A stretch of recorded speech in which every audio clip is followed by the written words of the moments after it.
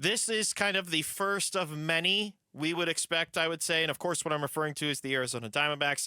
It has been made official. The Arizona Diamondbacks, their first trade leading up to the deadline, Josh Naylor has been sent to the Seattle Mariners. In exchange, the Diamondbacks are getting back 2 pitching prospects, one of them a left-hander, one of them a right-hander. Brandon Garcia, who's the left-hander, he has been sent to AAA Reno. And then Ashton Izzy, the other, a right-hander, he has been sent to High A Hillsboro. Jesse, base reaction. Josh Naylor traded for 2 pitching prospects. This is a big-time bummer for me because I was super excited when they got Josh Naylor. I mean, he was coming off an all-star season, was really good last year for Cleveland, and, I was actually of the opinion that they shouldn't bring back Christian Walker because Christian Walker is 34 years old. He had some injuries last year. He wasn't necessarily himself down the stretch, and for the first part of this season, it kind of looked like I was right. Josh Naylor was really good for the Diamondbacks, and, I was like, oh, they found their first baseman of the future because he's only 28 years old.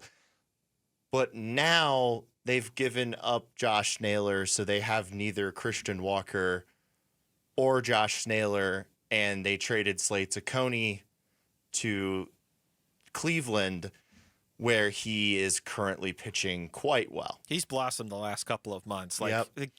I've said this so many times about Cleveland. Just a quick tangent here. They have always been successful in turning pitchers into hot commodities. I mean, they had Trevor Bauer, Mike Clevenger for the longest time, Corey Kluber, Shane Bieber, who's not been with them for most of this year, Tanner Bybee, Gavin Williams, and now Slade Ciccone, like another positive statistic for them.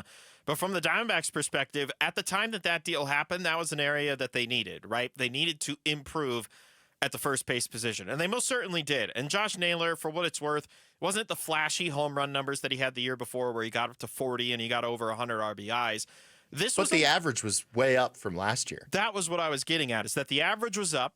He's a very savvy base runner. He's already in double digits on stolen bases on the season, and he's still providing key at-bats. Like, even the other night before he got traded, he had the game-tying hit.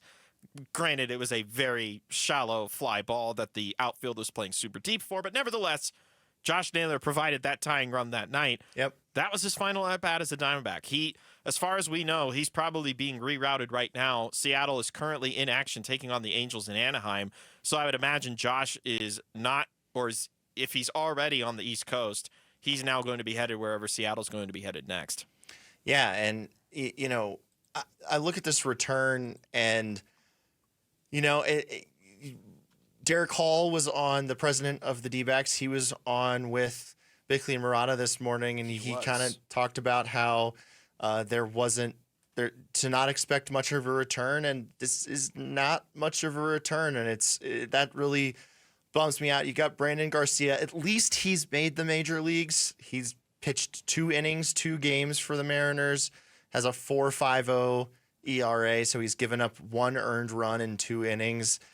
His whip is 3.5, which is terrible, but again, it's a very, very small sample size. Yes. And then you look at Ashton Izzy, and he was drafted in 2022, and like a current D-backs prospect, Drew Jones, he's still chilling in A-ball, and he has a 5 ERA. So I'm just not very excited about this return when you think that, the D-backs could have kept a piece of their rotation in Slade Ciccone, who could have been here for a very long time and kind of stabilized the rotation and been better this season than the apparent ace of the D-backs, Zach Gallen. Brandon Garcia, the left-hander, was the Mariners' number 13 prospect as ranked by MLB.com. You already mentioned that he's touched the big leagues a little bit already. Like we said, he's going to start in AAA Reno. That is official. They called up Tristan English to be on the big league roster. He's probably going to assume a couple of games at first base. Pavin Smith still on the injured list, so I would imagine that he would be first in line to get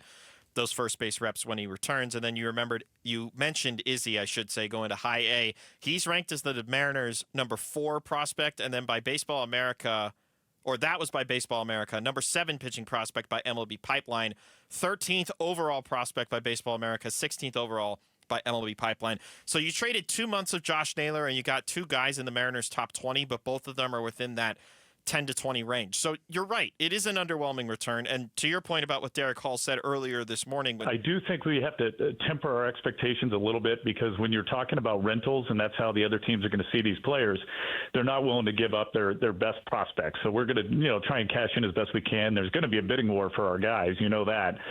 These are very talented players, and there may not be deals to be had. That's a reality too. I mean, him saying temper expectations, the fact that this deal is happening with a week to go before the actual deadline, it must have been that the market was just not as strong for Naylor. And what I mean by that is not that there weren't many teams interested, but what the teams had to offer wasn't as great, and this was the best that the Diamondbacks could get in the end. Yeah, I mean, on the positive side, at least they got two guys in the top 20 of the Mariners prospect list on MLB.com. But, with a guy with a 5 ERA and A ball, like, you question if he's even going to make the big leagues. Yeah.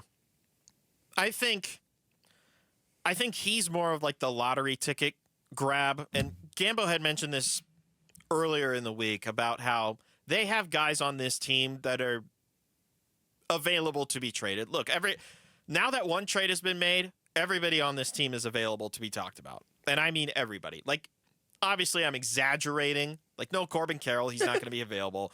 No Geraldo Perdomo's not going to be available. No Ketel Marte, no Brandon Pfaadt.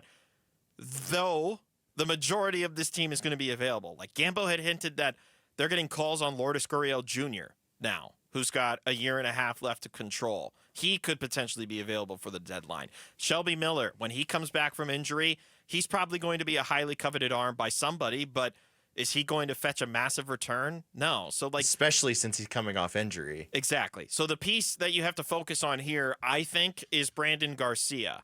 Gambo had said that it looks like they're going to treat him as a bullpen arm. That kind of bums me out a little bit, but this team has been desperate for help as far as the left-handed pitching is concerned, especially after Puck went down, especially after Mantiply really, really struggled this year.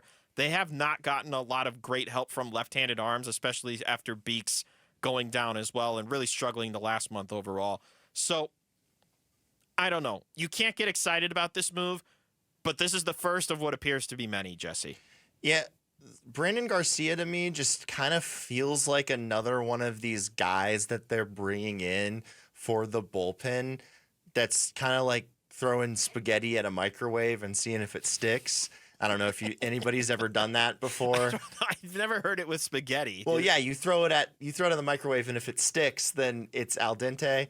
So yeah, it's just throwing stuff at a wall and hoping that it sticks. That we've seen it with so many of these guys, the John Curtises of the world, the Jake Woodfords, like the DeSclafani. Like, we've seen all of these guys that they've tried out this year, and it kind of just feels like another one of these guys. Now, on the other hand, he is a bit younger, and I do like the fact that he's a 6'4" lefty. Like, he could end up turning into something pretty good. But right now, to me, it just seems like another one of these guys that they're just kind of going to try out, and hopefully it works. But he's the one we're probably going to focus on the most because he's closer to being in the big leagues. He's already pitched in the big leagues. I was looking at his Baseball Savant page earlier because I wanted to know, all right, what's his pitch mix? He throws primarily 3 pitches, a sinker, a sweeper, and a slider. The sinker can get up to 97. So he throws a very hard sinker that's very in the vein of like what Justin Martinez can do. He throws a very hard sinker and that has a really good movement. The sweeper and the slider, those are more high to mid 80s. So he's got about a 10-mile-an-hour difference between his two pitches. And they move in opposite directions, which I think is super important. If he can properly tunnel his pitches, it's going to be very effective against opposing hitters. Maybe that's why they've got him in AAA.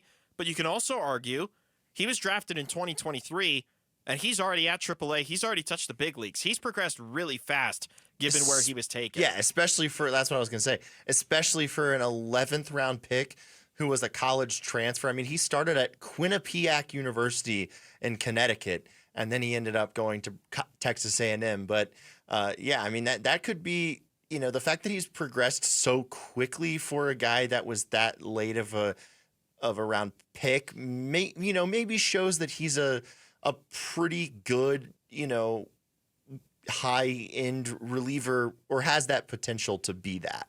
All right, so to recap the news of the day, Josh Naylor, the first of, we assume, many Diamondbacks trades ahead of the deadline. Josh Naylor going to the Seattle Mariners. Diamondbacks get back 2 pitching prospects, Brandon Garcia and Ashton Izzy.